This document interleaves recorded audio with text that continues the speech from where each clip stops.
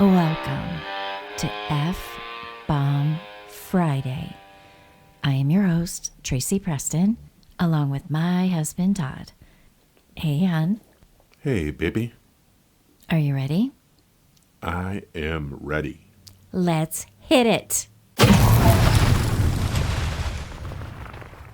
Winter comes differently to the Upper Peninsula. It doesn't arrive all at once. It stalks you. First, the lake wind sharpens, no longer playful, no longer embracing, but cutting, as if testing your resolve. Then the snow begins to linger, not the postcard kind, not that sparkling Christmas card snow.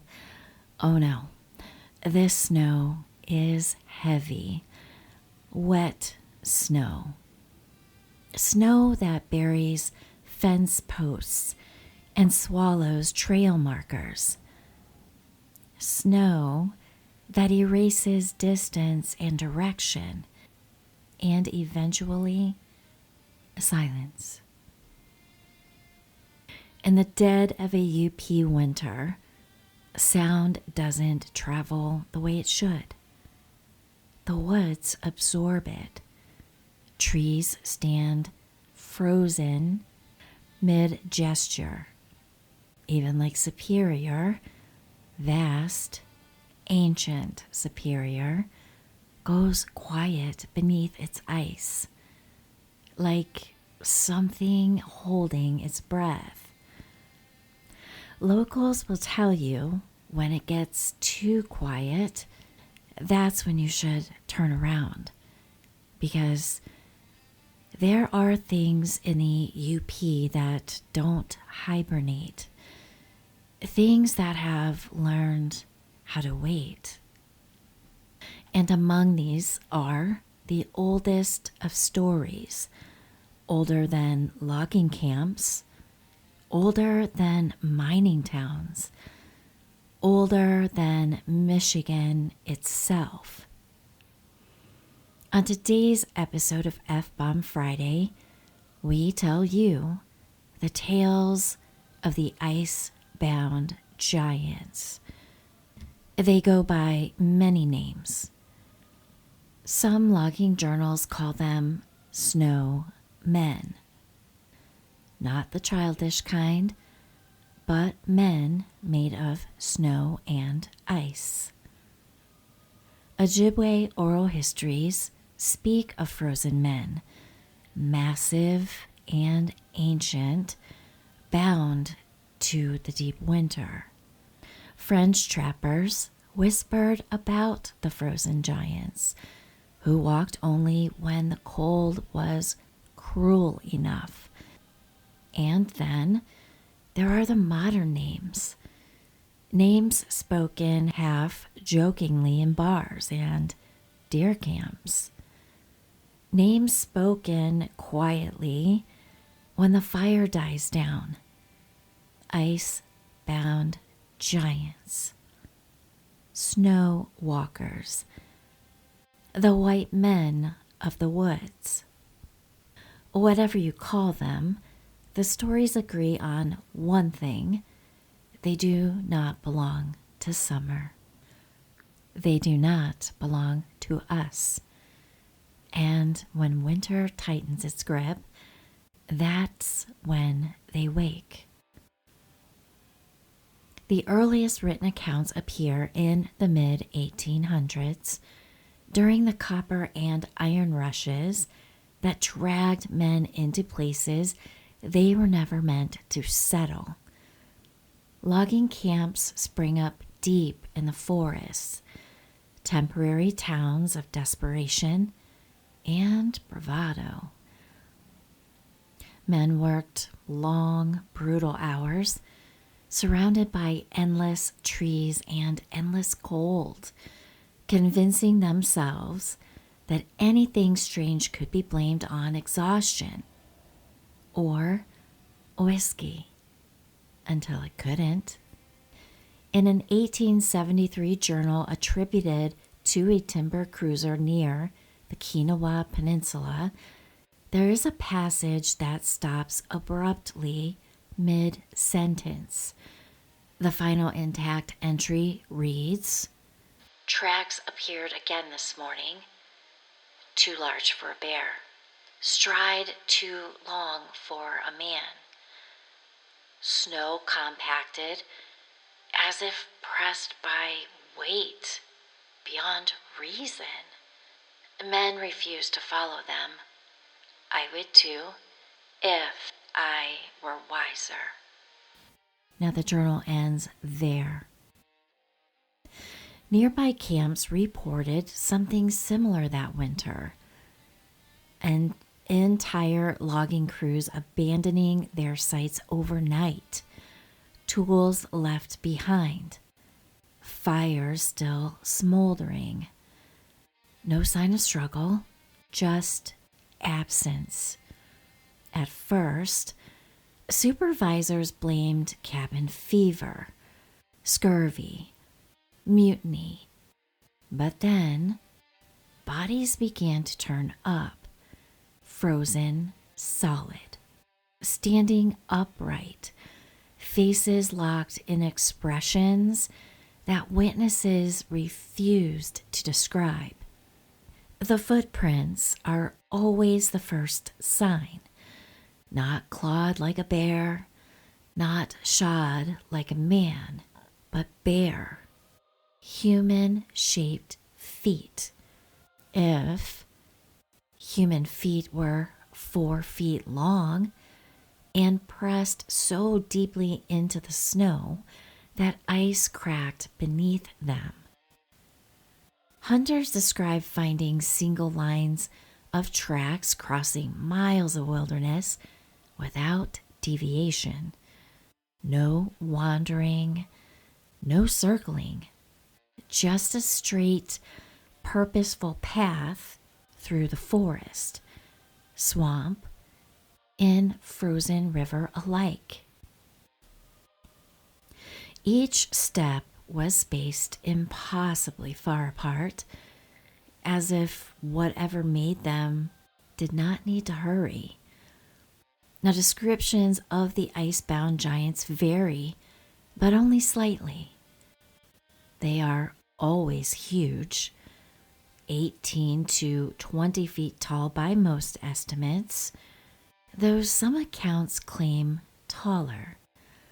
Their builds are not bulky like a bear's, nor lean like a deer's, but heavy, dense, like something carved from packed snow and stone. Their skin is described as pale blue, grayish white, or translucent, sometimes rimmed with frost. Witnesses say moonlight passes through them strangely, as if refracted by ice. Hair, when visible, hangs in long, matted sheets, stiff with frozen moisture. Beards are common. Faces are often described as cracked, rough, blurred, as if erosion never quite stopped. The eyes are the worst part. Not glowing, not monstrous, just empty. Like spheres of ice, like deep snow shadows that reflect no firelight at all. Ojibwe stories predate every written account and paint a broader, more unsettling picture. These beings are not simply creatures, but forces, manifestations of winter itself. They are said to have emerged during the first great cold, when the world hardened and survival demanded respect for balance. In some stories, the giants were once guardians, keepers of the deep forest, ensured that no one took too much, that no one hunted too greedily, or lingered too long when winter demanded retreat. Because balance is fragile. As the stories go, when humans begin to scour the land, cutting endlessly, mining recklessly, burning without thought, the giants changed. Ice thickened around their hearts. They withdrew deeper into the winter, appearing only during the harshest seasons, not as protectors, but as reminders. Encounters almost always follow the same pattern.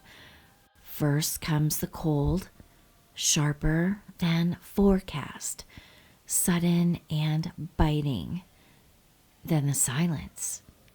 No birds, no wind through the branches. Even snow seems to stop falling.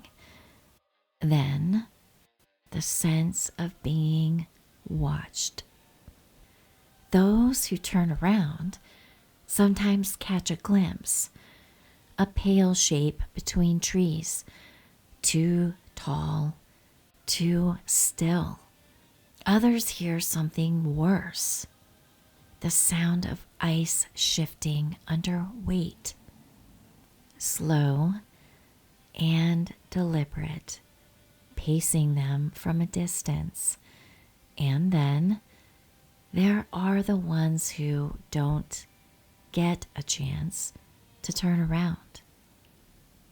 One of the most disturbing modern accounts comes from the winter of 1968 near the Porcupine Mountains.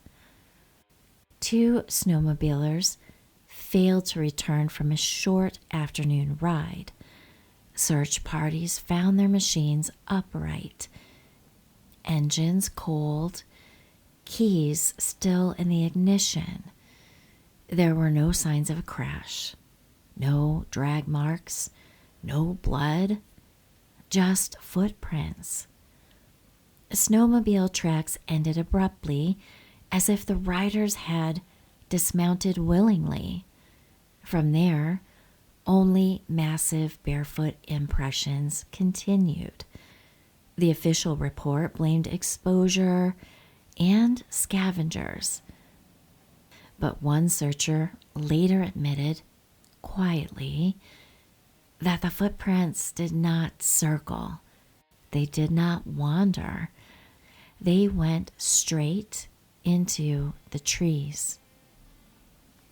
Ice-bound giants is a recurring image across northern North America and northeastern Atlantic indigenous traditions.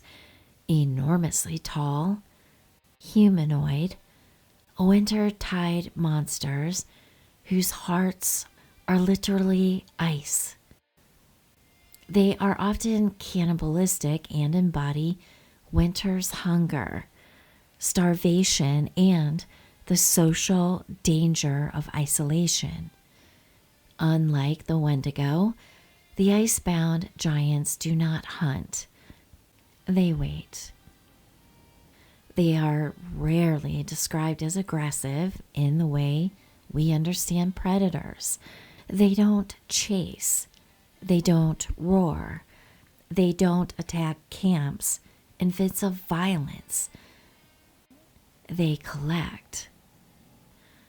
Those who vanish are often people already vulnerable, like lost hikers, injured hunters, drunks wandering home through snowstorms, lone snowshoers pushing past daylight. It is said the giants prefer those who ignore warnings, those who assume the woods belong to them. And once taken, no one truly knows what happens next. Some folklore suggest the victims freeze where they stand, becoming part of the giant itself. Another layer of ice and memory. Others say the giants carry them to frozen hollows deep in the forest. Others say the giants carry them to frozen hollows deep in the forest where bodies are arranged upright, facing north, like offerings to winter. Now, search parties have found such places. They don't talk about them. There are places in the UP locals won't visit after the first heavy snowfall. Certain ridge lines, certain stands of old growth cedar, frozen bogs that never quite thaw. Hunters know them by feel. Snow falls differently there. Sound behaves wrong. Compasses stutter. And sometimes you can hear something breathing, slow and measured, patient, like ice expanding. Skeptics point to hypothermia hallucinations, misidentified bears, exaggerated folklore. And in summer, that's an easy argument to make. But winter changes the rules. In winter, people disappear. In winter, tracks appear where they shouldn't. In winter, the UP reminds you just how small you are. And every year, when the snow piles high enough and the cold settles deep enough into the bones of the land, someone always says the same thing.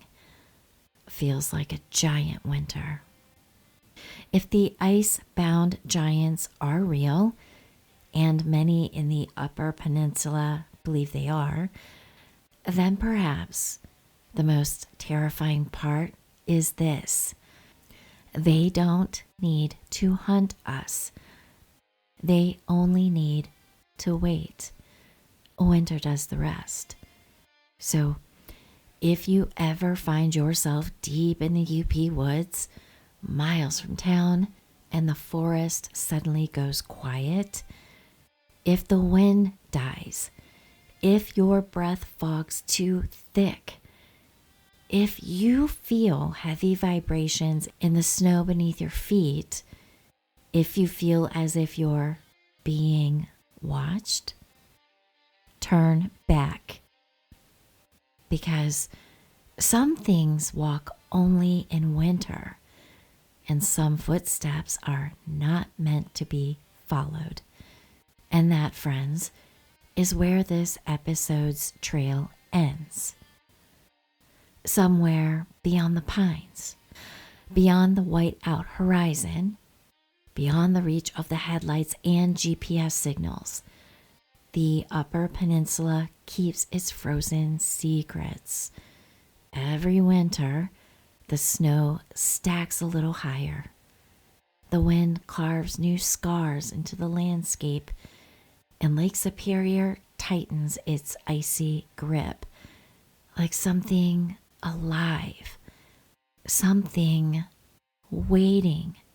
Maybe the giants have always been up there, older than the mining camps, older than the tribes, older than the glaciers, just watching, just waiting. Maybe the screams in the storm aren't the wind. Maybe those ridges aren't hills. Maybe those shapes stepping across the lake in the dead of night aren't tricks of distance. We measure the UP in miles, but its creatures measure in centuries. The ice-bound giants are awake, and winter, well, it's far from over. Oh, that story's a little frightening. Just a little. It's kind of a chilling story, isn't it? Ba-dum-bum. Well, I have to tell you, I have never been in the UP in the winter. Only late fall once, and then, of course, in the summer. But never in the wintertime. Yes. Winter can be very, very brutal up north Michigan. And guess what? What? We're not ever going to go. I would like to go up to Mackinac Island one time during the winter. Just You once. can't. Just once, yeah. You can't. Snowmobiles? You got a snowmobile? No. Yeah, you have to own one of those. I don't think they rent them. I mean, I know, there's people that do stay, they're residents, they do stay on the island all winter long, and I wouldn't want to do that either. That's Right. brutal. Yeah. Brutal. I honestly can't even imagine how brutally cold that is. We talked about giants on this show before, and it's been pretty well proven that giants did not exist in Michigan or any other place for that matter. I think the story more references like a metaphorical spirit nature type being. The cold of winter will kill you, will get you. Right. I'm waiting for you. Right. You're staying a little too long.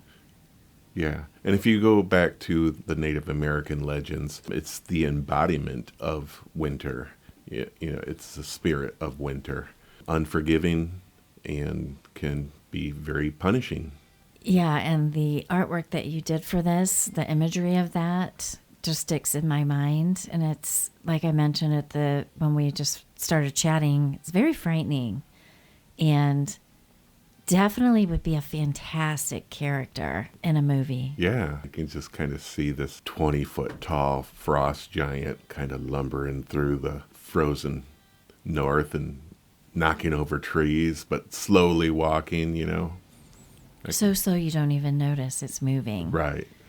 Yeah, and it's, as I was reading the story, because my brain always goes to blood and gore, but that's not what happens. It's like they just are absolutely frozen in time. Right. And there's a lot of similarities between the Wendigo and the icebound giants in folklore. Now, they say that the icebound giants are cannibalistic. The main difference is that the Wendigo hunts. The ice giants don't have to. They're just opportunists. They will wait. They'll wait it out. They wait for their prey to be available, basically. They are looking for the ones that are already compromised. People that are lost, people that are alone, people that are weak, people that are sick, which in the wintertime happens often. They just basically claim them. Right. And they just become a part of the frozen tundra. Right. And, part of the legend is they basically get absorbed into the giant, which increases the giant's size. So, which makes sense, sucking up people into the ice belly. I don't want to ever go up there in the wintertime. Nope. And it's not without irony that the show will be airing as we have a flash freeze warning in the lower peninsula. I guess it's a little kiss from the northern giants. In the morning, when this show airs, we're going to be covered with ice. It's going to be slickery dickory out there, folks. Yes, so be careful. Drive careful. Take your time. It's all right to be late. Or go really early. Yeah, don't let the ice giants get you. Yeah, take her easy. Well, it was a great story, hon. I love it. Never heard of it. And I'm certain most people haven't heard of it either. Right. It's more of oral history than anything. But guess what? What? It's recorded now. It's recorded now. Bringing it to the masses. That's right. That's right. What do you want to sign us out, hon? I sure do. You better lock your doors.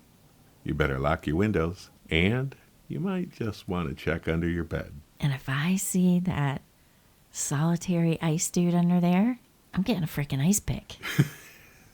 Yeah. Not today. Not today, ice giant. That's right. I'm not the one. Well, thank you, everyone. Thanks, everybody. We will see you again on Malice Monday. We will see you on Monday.